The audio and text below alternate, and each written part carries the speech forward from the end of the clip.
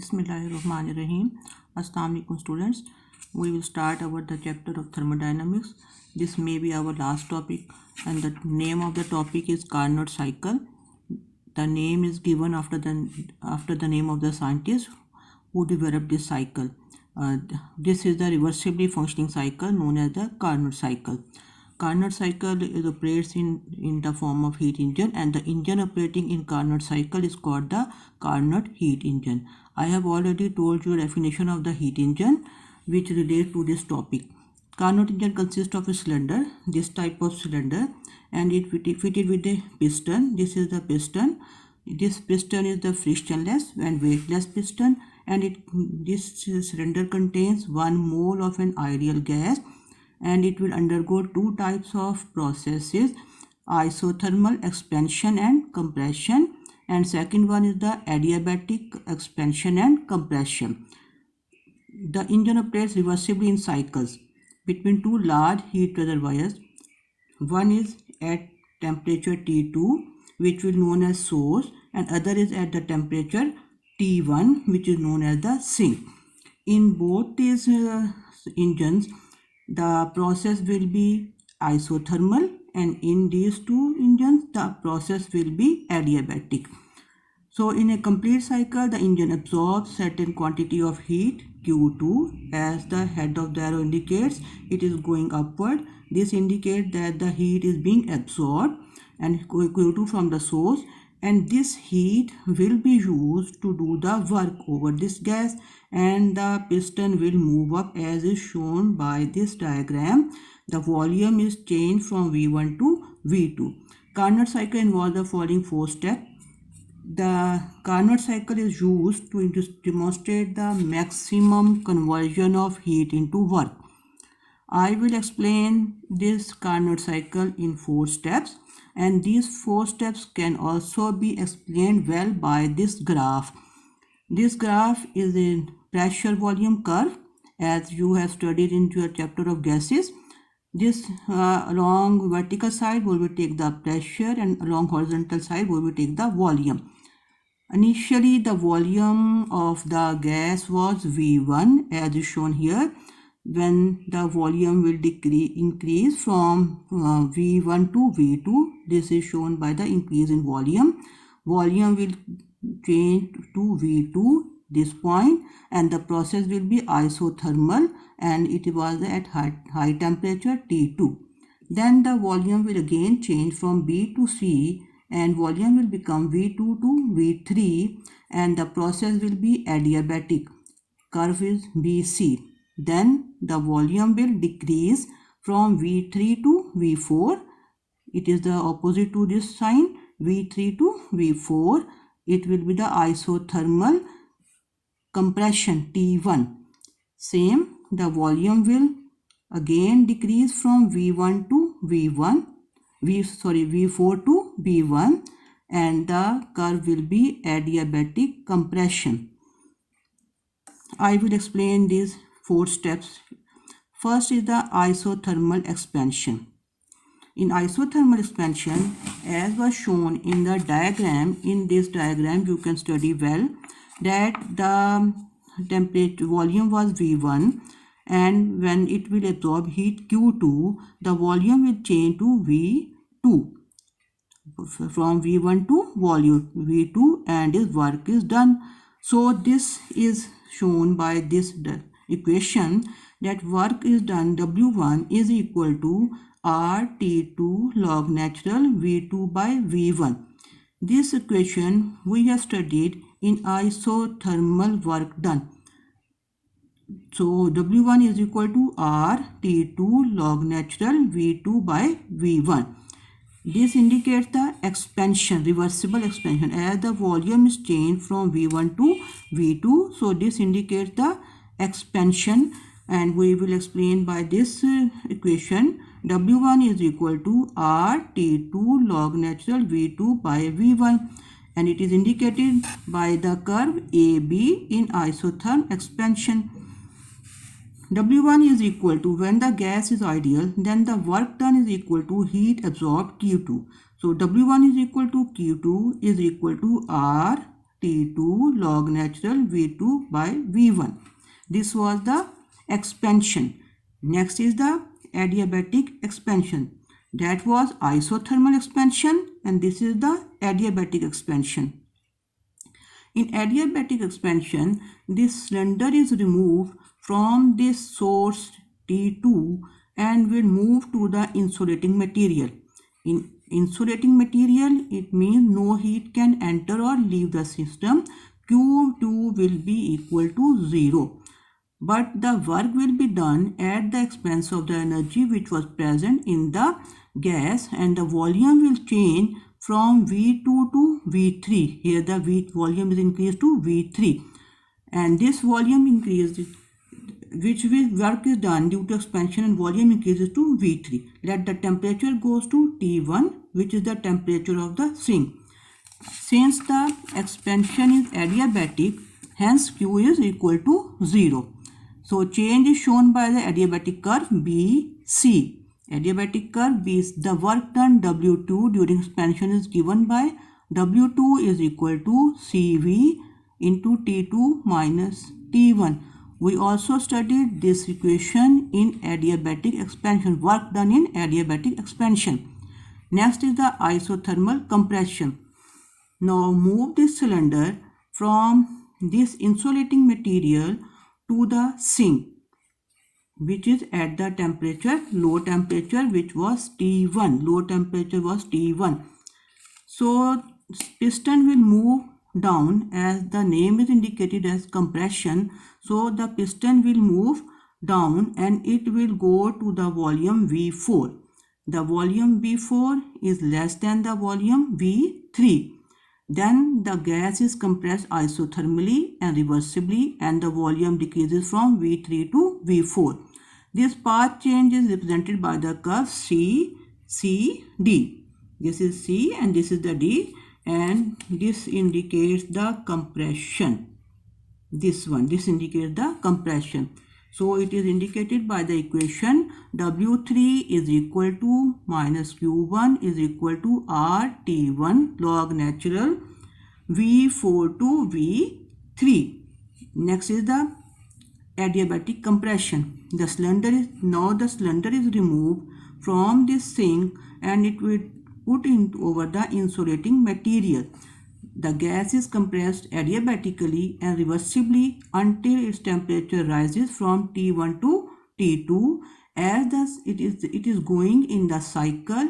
So in every cycle, when it will go from initial state to final state, it will come at the same temperature. So initially the temperature was T2, therefore going through this cycle, after completing the cycle, it will move to temperature T2 and volume decreases from V4 to V1. The path of the change is shown by dA. This one, D. The path of the change is shown by dA. And the isotherm goes to the original position A. This is the original position A. The work of the compression W4 is given by minus W4 is equal to CV T2 minus T1. I am explaining this again on the graph, that from A it will go to B and the temperature will decrease. Volume will increase from V1 to V2. Then the volume will increase from V2 to V3. Then after compression, volume will go from V3 to V4, and again from compression, volume will go from V4 to V1. This is shown by the graphical picture of Carnot cycle. Next is we have to calculate the work done. Total work done in one complete cycle is equal to the sum of the work done in all the above 4 steps. So W is equal to W1 plus W2 plus W3 plus W4. W4 is negative, so we can write W is equal to W1 plus W2 plus W3 minus W4. Put the values from equation 1, 2, 3 and 4. We get W is equal to RT2 log natural V2 by V1 plus CV into T2 minus T1 plus RT1 log natural V4 by V3 minus CV T2 minus T1. Cancel this value from this value, so the end will be W is equal to RT2 log natural V2 by V1 plus RT1 log natural V4 by V3. Now again consider this graph. As we know that V4 and V1 lie on an adiabatic curve. This is the V4 value. This is the V1 value. It will lie on the adiabatic curve 2. Similarly, V2 and V3 lie on another adiabatic curve. This is the V2 and this is the V3. This is also lies on the adiabatic curve. So let's apply the temperature volume relationship for adiabatic expansion of gas, which we have studied in our previous topic. Then there was T2 by T1 is equal to V1 by V2 raised to power gamma minus 1. We already studied this equation. Keeping in view the two adiabatic curves, we applied accordingly as in adiabatic curve 2 dA. This adiabatic curve 2, this was adiabatic curve 2, this was adiabatic curve 2 dA. V1 is equal to V4 and V2 is equal to V1. We will write V1 is equal to V4 and V2 is equal to V1. So equation will become T2 by T1 is equal to V4 by V1 into gamma minus 1.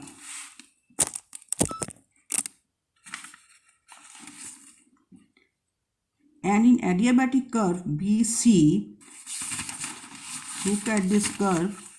In adiabatic curve BC, V1 is equal to V3 and V2 is equal to V2. So V1 means initial volume. Initial volume is V3. V2 means final volume, means V2. This is the situation in curve BC. So we will write here for curve dA, this was the curve dA, T2 by T1 is equal to V4 by V1 raised to power gamma minus 1, and for curve BC, T2 by T1 is equal to V3 by V2 raised to power gamma minus 1. Comparing equation 7 and 8, V4 by V1 into gamma minus 1 is equal to V3 by V2 into gamma minus 1. Cancel this gamma minus 1 with this gamma minus 1 is equal to V4 by V1 is equal to V3 by V2. Or you can say V4, put V3 here, V4 by V3 is equal to V1, bring this V1 here at this point, V4 by V3 is equal to V1 by V2. This will become equation number 9. Put the value of V4 by V3 in equation 5 from equation 9. The equation 9 will become W is equal to RT2 log natural V2 by V1 plus RT1 log natural V1 by V2.